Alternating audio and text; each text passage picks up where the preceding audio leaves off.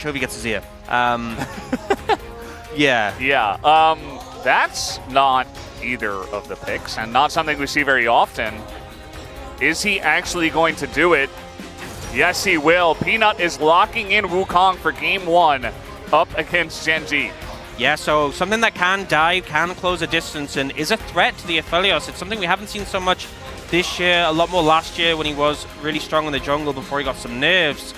But just kind of solidifying that dive threat if Gen.G pick a mid laner who they need to get on top of. But I feel like he's just going to take the Azir in this situation, which is kind of the situation they were put in. You know, either you pick the Azir and they take the Corki, or here Gen.G picked the Azir, and I think are pretty happy with that one. Now top lane, I think Keen probably just goes like the Cassante here. I think he could go the TF, but we've seen that matchup be really a little bit volatile between the Rek'Sai and the TF. You know, sometimes we've seen it have an advantage, and sometimes it is just fallen behind massively. So yeah.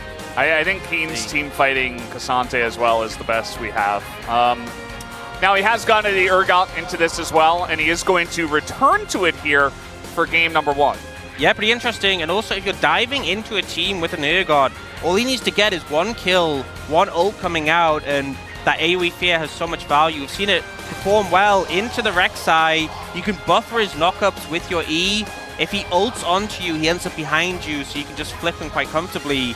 But the Akali coming in for Zeka, so really committing onto this dive thread, and a pick that Zeka has had fantastic success on, but not the most laning presence. You know, early levels on Akali, you're kind of just waiting until you can do something, especially into Azir. So I feel like as much as the team fight makes sense for Hanwha Esports, they have picked a short-range composition into a lot of champs that kind of cause problems for that. You know, if you're into an Aphelios with red white, if you're into an Urgot, if you're into an Azir, they can just shred you. It's going to take a bit more finesse from Hanwha Esports to execute this composition, but I definitely feel like things like the Rek'Sai, like the Akali are, well, I think the Akali is just very strong for Zeka. I think the Rek'Sai in general. I think we're happy for the Akali just because it is Zeka. I mean, it can have a nice matchup into the Azir in terms of kill threat eventually, but as you were mentioning, you know, it doesn't do very well early on, and so you don't have a lot of presence there. You've got an Alistar bot lane with a Zeri who doesn't necessarily have a lot of presence, and so maybe just... That's a pretty good drawing of Lens there. Maybe just wait for them to get online, and the Rek'Sai itself at least should have a bit of presence in the top lane, but the Urgot coming out once again for Keen. Yeah, and I think honestly, in terms of composition suiting the players, I think this Gen.G composition suits them really well. If they slow the pace down, if they structure the team fights well, if they have good setups and objectives, it should be smooth sailing for them. Well, we got game number 1 on the cards. Let's hop into the rims.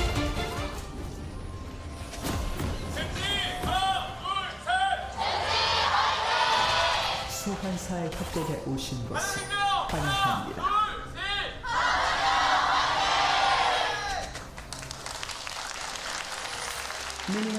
Here we go, game number 1 of a best of 5. That means quite a lot. If you guys were not watching earlier on, this is a seed directly into the grand finals here at the LCK Spring 2024.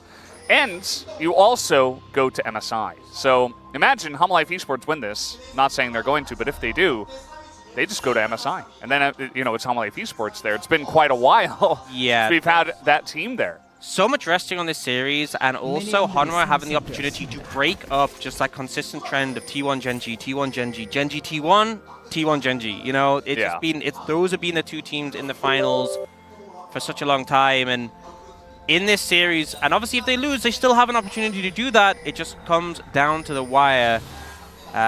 Game 1, we see Gen.G trying to establish some vision here. Maybe looking for Zeka, a little bit of poke to start off.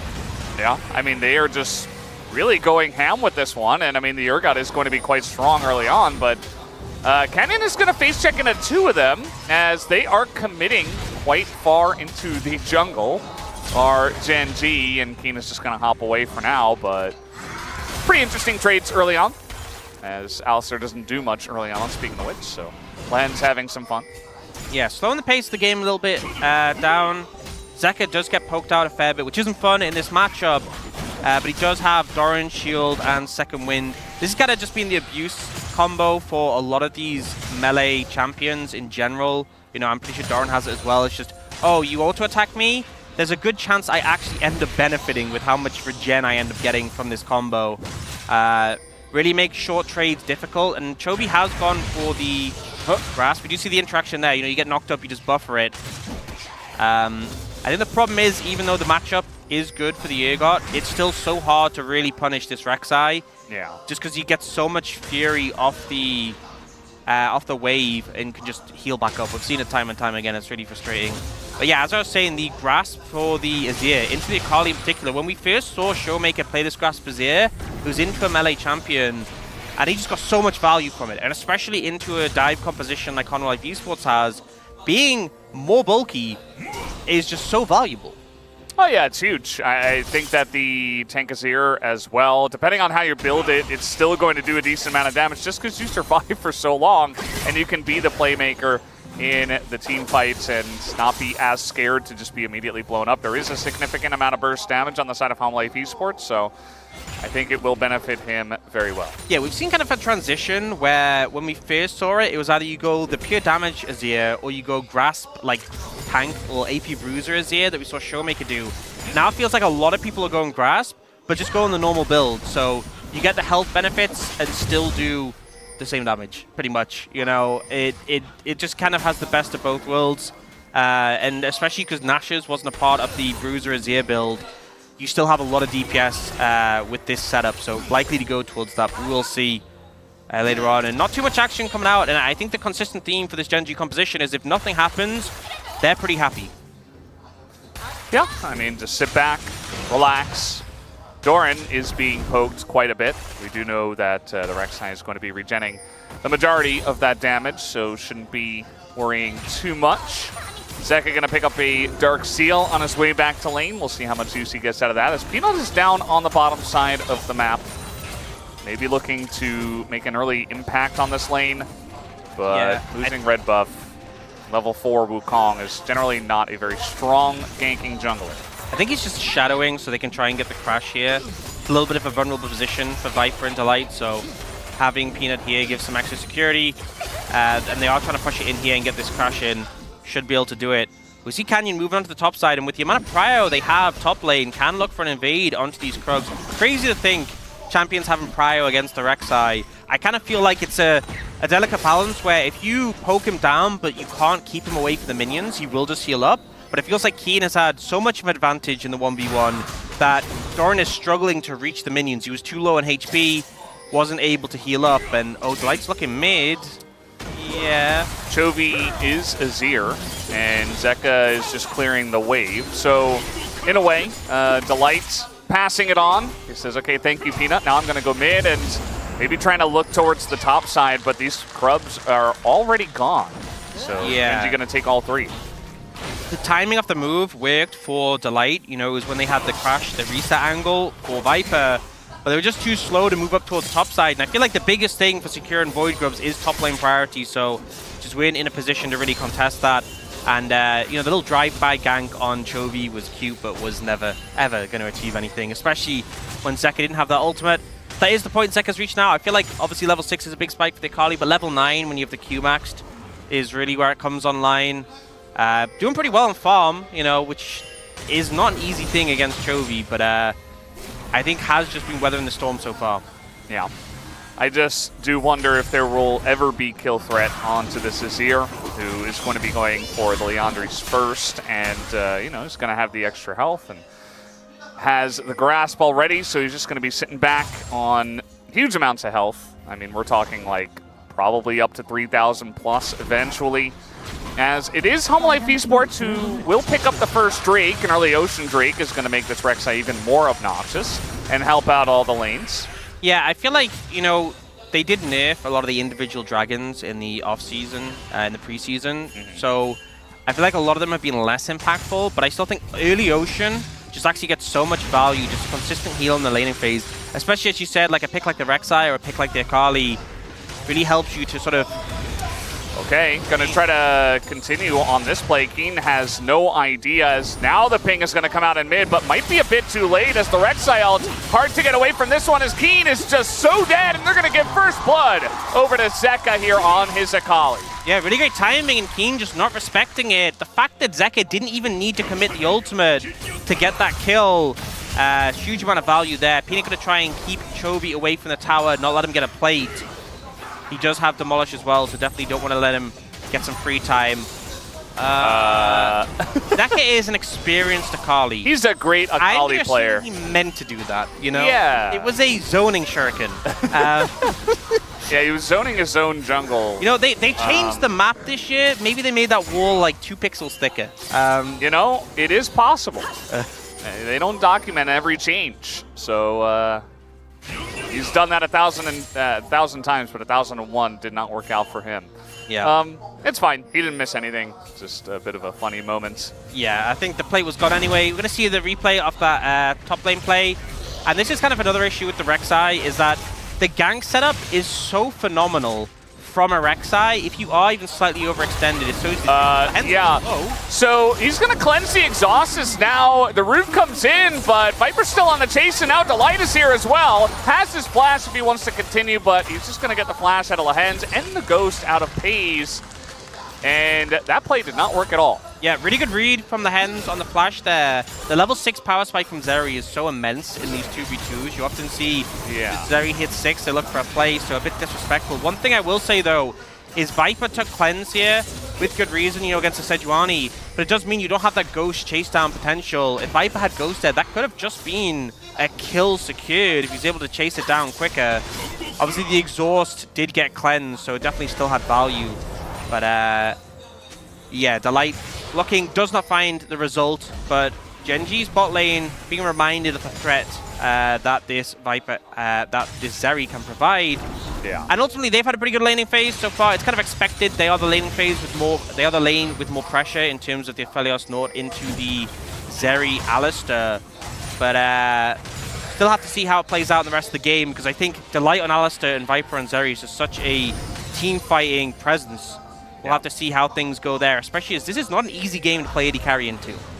No, it's definitely not. I mean, there are a multitude of threats. You got to deal with, you know, if you are Viper, you got to deal with Nautilus just pressing R on you. He was level 5 in that trade, so didn't quite get an opportunity to do it there, but just so many threats on both sides. The Wukong especially, another one of those uncleansable CCs. You know, you get knocked up, and it's a bit of a rough time for you. You can react to it eventually, but can be pretty rough as Doran looks to be just fine in the top side, but he is down 14 CS. You know what's ridiculous is that in a lot of matchups, melee against ranged, like, don't get me wrong, it's rough early, but then when you recall and the ranged champions get damage items, it feels like even worse, right? Because now they just significantly chunk you out.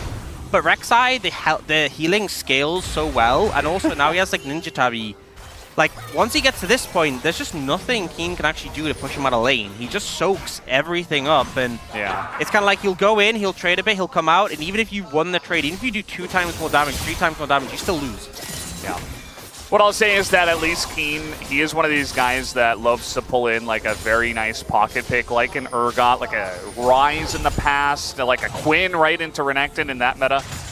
He knows how to play this champ very, very well in team fights as well, so even, you know, sometimes we'll see players be like, okay, well, I'm going to go for this cheeky pick into Rek'Sai because it's one of the only things that counters it, but I'm not that confident in it. Keen is kind of the opposite, right? He's very confident. He was a big team fight menace when he did play it up against King, and I believe it was in their match against DK. So looking forward to seeing what he can do in team fights as well. Yeah, Nergot's always been such a good anti-melee champion where if you're diving into him, you get so much value from his damage, from his shotgun legs, from his flip, from his ult. If he ults someone against AoE Fear. And Hanwha Esports' composition is 4 melee champions and a Zeri, notoriously short-range AD carry. I feel like as a result, especially with the right weapon combinations, Gen.G can very much massacre these melee champions. And this is kind of what we're seeing where it's like, you know, significantly more damage done by Keen, and then Doran just goes, cool, I'll just hit the minions a bit. Yeah. Fury goes up, so does his health bar. And he doesn't really care. Obviously, he can't just sit on it, but he is going to delay. That was a Hex Flash. That was a Hex Flash, okay. Just playing with the minds of Gen.G and the play-by-play caster. Yeah. Thinking about this Infernal Drake, are both teams? Yeah, I will say the Rocket Belt has been picked up by Zeka, which is a pretty big spike on the Akali, and level 10 now, so past that level 9 point. but I still think it is going to come down to execution. Kraken Slayer completed for Pays is a nice spike. We'll have to see how the fight breaks out. All right, well, X-Flash over the wall. They want to engage on the Sejuani. Not the best pick, but now the 1v1 in the mid lane as well. And now the Zeri looking to chase down, but the Phelios damage over the wall. And now the TP coming in from Keen. But here is Doran as well, looking to turn it onto the Urgot, who is left all alone. And down he will go as Viper picks up a kill in this game, the second for Hanwha Life Esports. Yeah, I think just a bit early for Gen.G to cut through the front line of Hanwha Life Esports, and the setup from Hanwha Life really solid. Zeka spent all his time just basically zoning Chovy out the fight. Chovy did a good job disengaging from him, but it meant Chovy wasn't present. It was only really Pays trying to do damage, and it's very hard to cut through this front line of Hanwha Life Esports. And then Keen joined, was just immediately not in the right position. So, second Dragon picked up. Cloud Soul, you know, one I would say has a solid amount of value in this game, especially picks like the Rek'Sai, like the Zeri. The extra movement speed can go a long way. We'll see here. You know, up to the top side, Zeka chasing down Chovy, just get ulted over the wall.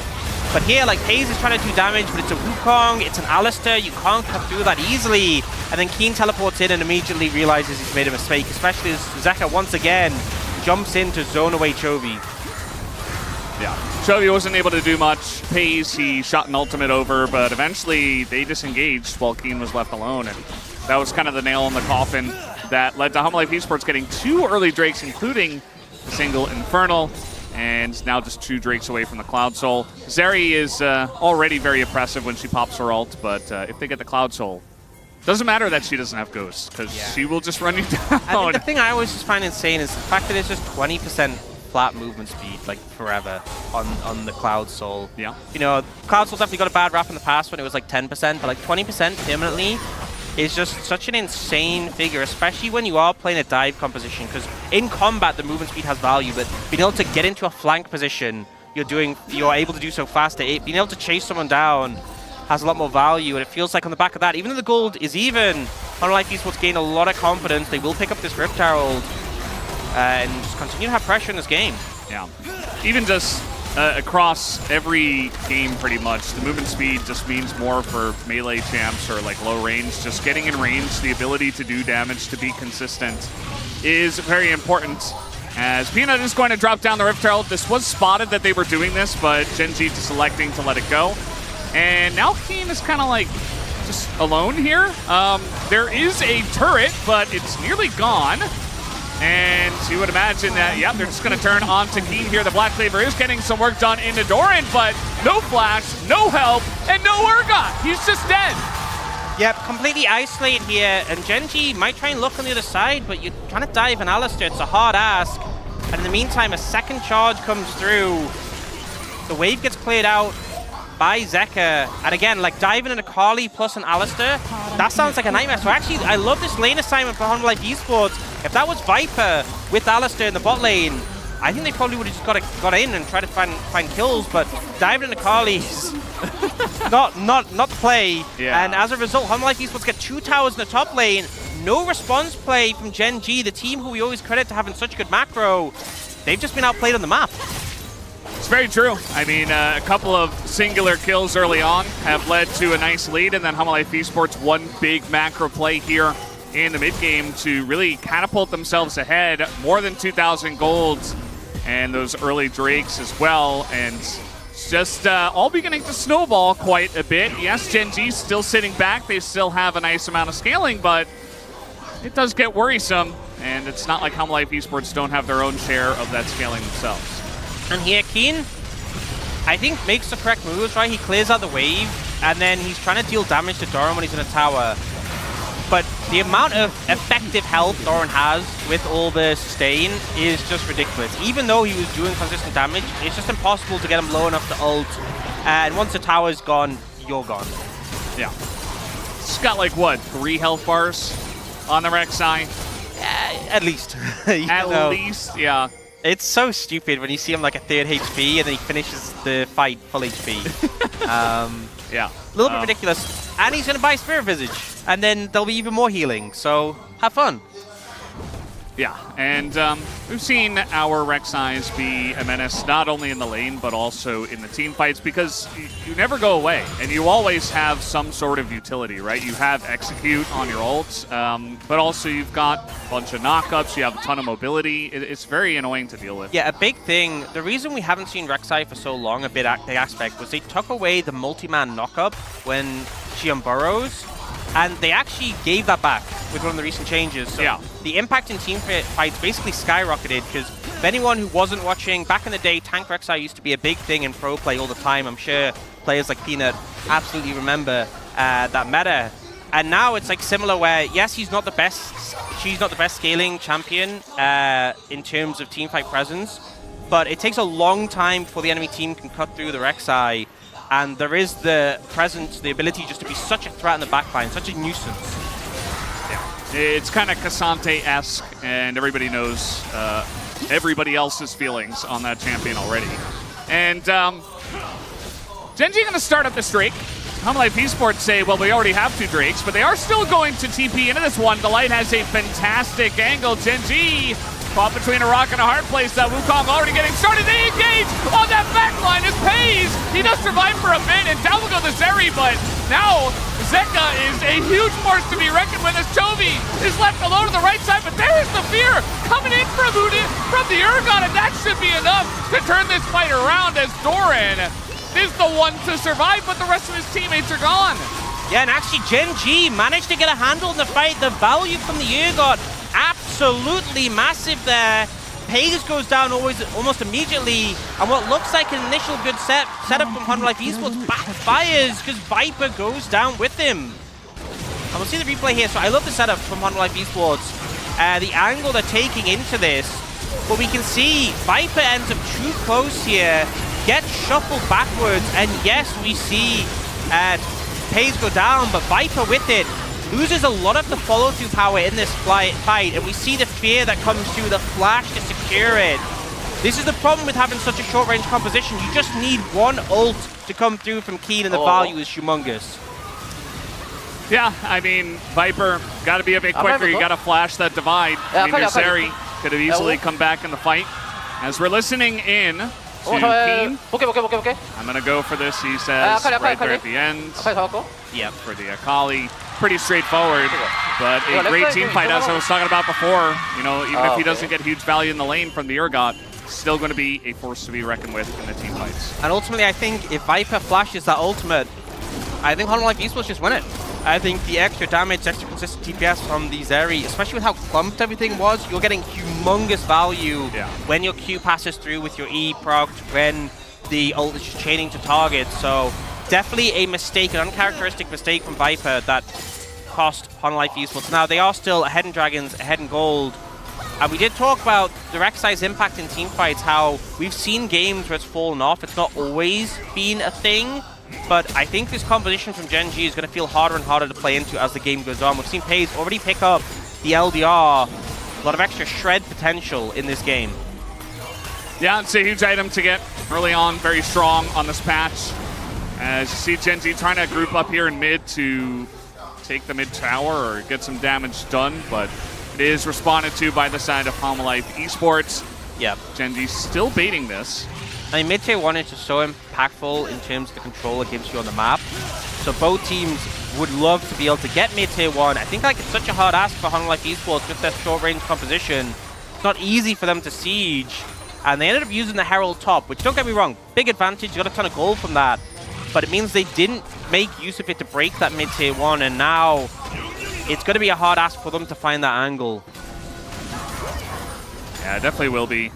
You see the ebb and flow, you know, Gen.G moving forward as a 5-man unit, but now they have moved away. So Hanwha Esports going to retake some of that ground, but Keen's going to get some alone time with this bot turret. It's basically already dead, but he's going to hit that one, take it down, get some extra gold. I think Hanwha Esports are feeling the pressure because they've beaten that TP from Duran. Zeka doesn't have his and also doesn't want to be into the Urgot. Baron, I guess. They want to burn Keen's TP here. I guess they'll take a fight if it comes out.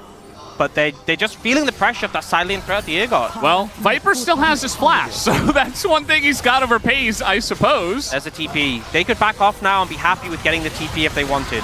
Yeah. The hook is going to miss, though, and there's the engage, the turn onto the Ergon, who is so tanky, but not tanky enough, immediately goes down the turn. Super crisp from the side of Hanwha Esports. That's going to get the top laner of Gen.G down. And now a 5v4 situation for Hanwha Esports, plus that teleport you were talking about. He's fine, he's Rex. Yeah, he's Rex. He can do whatever he wants. You see that play, and everything in you is like, wait, is he just going to die? Gen.G don't even bother trying. You know, they just... It's just a grasp stacker of a champion. What's the point? We're not going to kill him. We did see Zeka be in the ult later in the fight. I think having Zeka's ult or not is going to be a big influence on whether Hanwha Esports can take a fight. Huh. Oh, Void Bubs can just do that, yeah. Yeah, it doesn't break through the resistances, the backdoor resistances, but still a nice chunk done. And, I mean, no big objectives outside of the Baron, so they're not going to start at this point, so might as well.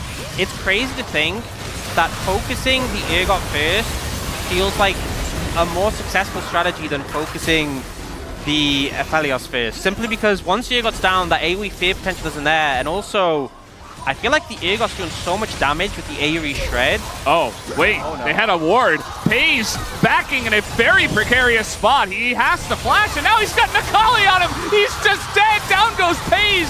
Essentially, for free is now the hands, desperate to save his teammates, but nearly goes down himself. And you know, he had a rough series in the last matchup against D+. This is not a good omen for Gen.G. Pays not only just being caught out in that situation, but he burns his flash as well. And they're just going to start the Baron. I mean, no Aphelios, that is a huge chunk of damage gone. Look how low Keen and Lehens are already. Yeah, and they can easily turn if they want to. I mean, here we go. There's the turn. A massive Wukong Ultimate SD Divide is huge from the side of Chovy, but you can't get away from the Akali just right on top of them as they continue. But Chovy's getting huge value. They go so far into the Azir that, you know, I don't think you're going to be able to take out the Rek'Sai, though, as Chovy, he's still going to give it a try. He's still full health. They never got on top of the Azir, did Hanwha Esports. Yeah, and I think Chovy has gone for the Zhonya second to make him such a hard champion to deal with.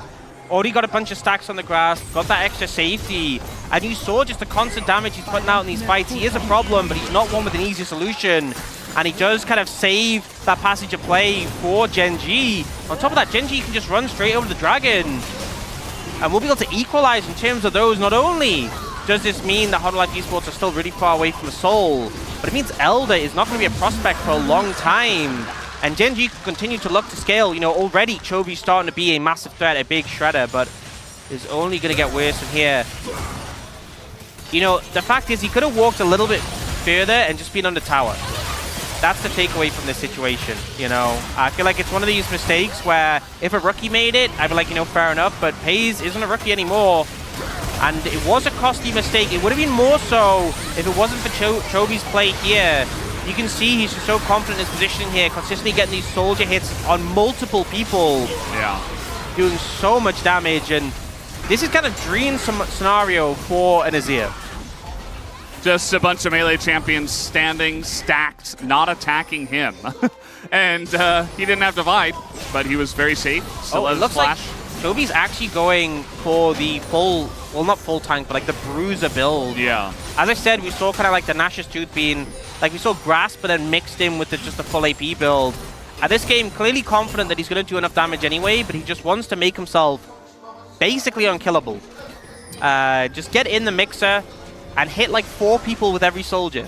Yeah. And you're going to do enough damage. I mean, there's a lot of threats on the side of Hanwha Esports, and if you take away one of those, you know, squishy dive, you know, one of those juicy targets for the side of Hanwha Esports, just take away one more by being a tanky Azir, you're going to feel very nice. Can't really say the same about Pays. Yeah, I was going to say, going to be the very easy target. It's like, okay, who do we want to focus? Well, you know, everyone's quite tanky, but that Aphelios, you know, he's looking pretty juicy. Yeah. That's Pays' job. He is just the bait. Yeah, and he is going to go Glass Cannon, which honestly makes sense. I mean, what else are you going to go? It's not like you're going to cleanse this engage from the Wukong and Alistar anyway, so... Yeah, and honestly, you know, I was talking a bit about the red-white combo being really good for Pays this game. I feel like the Infernum, the AoE value with this build as well, you don't have to consistently be alive to get the value of. Just press R once and your job is done. And then just die and then let your team do the damage. Let Chovy do the work. Yeah. They're committing to this Baron, although you can tell they're looking for a turn as well. As the angle coming in, that ult from the Sejuani not going to do anything, as here is the turn. Zeka on the flank, his Zeri ultimate is going to be popped as a big engage comes in from that, and a massive follow-up from Delight as they get in the back of it. But look at Chovy, he's still full health, he's still turning this one around alongside Akeen, and now it's going to be Zeka against Chovy, and Zeka with a triple kill already. He is looking to finish this one off. He's got Doran with him as well. The Q timing is off, but it's still a quadra for Zeka in the team fight. What a huge team fight for Hanwha Life Esports. Played so perfectly by every member. And that was literally Chovy against the world. I feel like that would have been a clean sweep if he hadn't played it so well. But Doran fishes for the angle on the flank. The flank, both solo laners coming at the same time is beautiful. And he sees the window. He gets this triple knock-up. He gets the bounce house afterwards. Chovy tries to block it, doesn't get a chance. But the AoE damage done here is huge. Hayes goes down as well. And it looked like for a second we were going to get a turnaround again, but they can't kill off the Rek'Sai soon enough.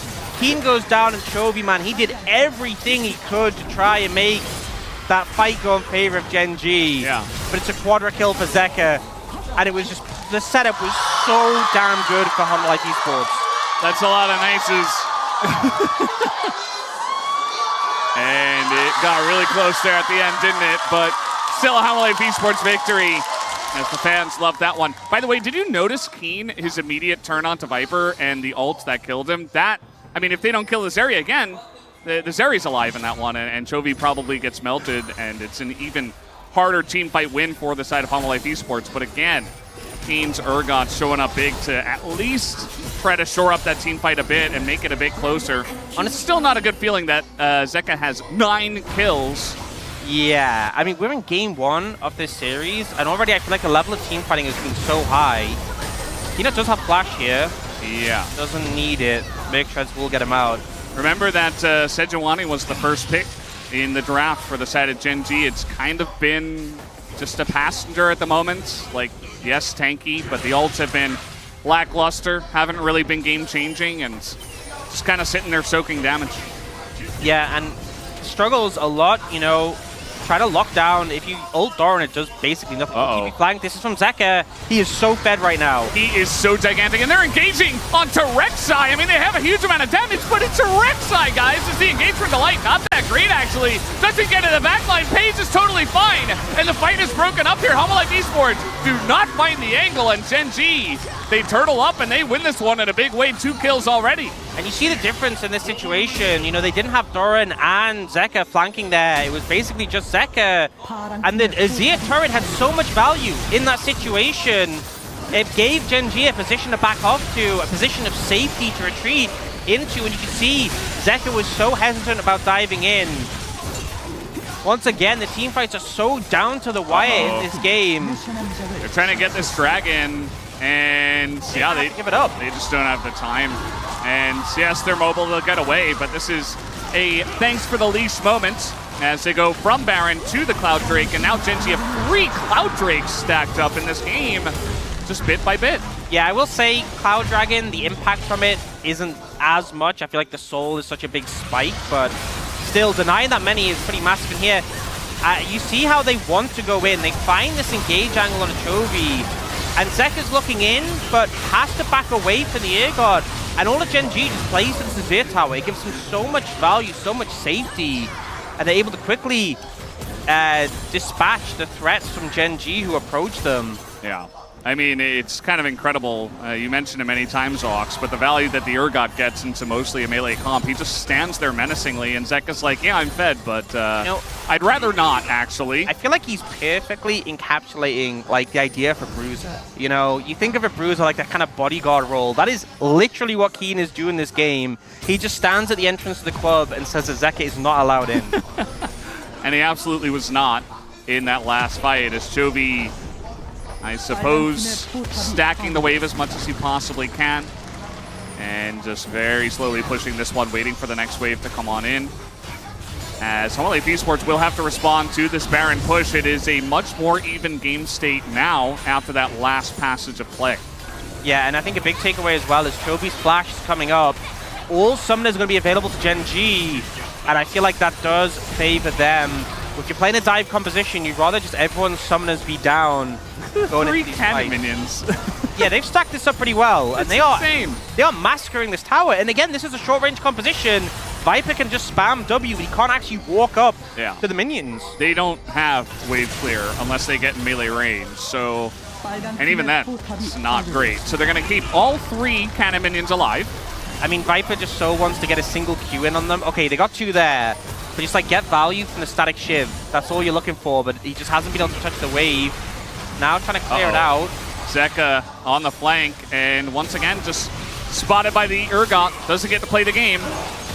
And such a good job of just checking these flanks consistently. Yep. And here we go. This turret should fall. I mean, there's not even minions in range, just the Void Bubs. And that will be enough. They will take down the top inhibitor. This is Baron. The Red Bull Baron power play getting some big dividends here for the side of Gen.G. They will take the gold lead. They're getting a lot of value out of that one. The game looking much better for them, and the items starting to come through. You know, Hayes is approaching a GA, Chobi's approaching a Frozen Heart. He's already such a difficult target to kill, and Keen's damage is starting to get a little bit ridiculous at this point. You know, we talked about some of the picks on Hanwha Esports falling off, but I think it's going to start happening sooner rather than later. This should be GA, I assume. Actually, Chobi finished Frozen Heart and got a Blighting Jewel, so he's doing fantastic. Hayes will get the GA. Yep. All these things just stacking against Hanwha Esports right now. And as I said before, all summoners up and available for Gen.G gives them a lot of comfort. Kind of looks like they might just wait for the next dragon to come in. Maybe collect a Cloud Soul as we see the core item purchases for the 80 carries so far. Viper, unfortunately, hasn't been able to have a huge impact on these team fights. I feel it's more so been Zeka or, on the opposite side, Keen. So yeah, I think it's crazy how Hanwha Esports have these really orchestrated plays to kill Pays, and then Gen.G so quickly turn it around on a Viper. Yeah. Lens is going to flash away. Now the counter engage does come in, but that's a Rek'Sai. That's not the target. You guys want to hit it now? The Zeri is going insane mode. They way overextend in this fight, and now Gen.G are going to pay the price as Pays loses his GA, and one small mistake, one mistimed engage, and immediately Hanwha Esports are back on top. What was going through the heads? Oh, Doran snipes Chobi here. This oh, dude, boy. They might actually be able to get could they even end here? They're going to try. He could just stop Chobi recalling forever. Well, even if they don't get the end, they will take the mid inhibitor. And Doran absolutely will tank up this turret. You think he cares? He doesn't take damage. He does not care at all. Oh, great timing. Yeah, he doesn't have the knockup now. And so Doran's just going to TP in. They're going for the end as they dive onto Chobi. And he's Zonya as he stays alive. Zeka's tanking the turret. They can't take out the tank Azir. Doran doesn't do enough damage. I don't think they can end now. They're going to try. The Nexus is bare. They are hitting it. And the Zeri just does too much. The knockup comes in from Doran and denies the engage. And that is game number 1 going into the hands of Hanwha Esports. What a crazy game. And Gen.G made one critical error, an overextension, disrespecting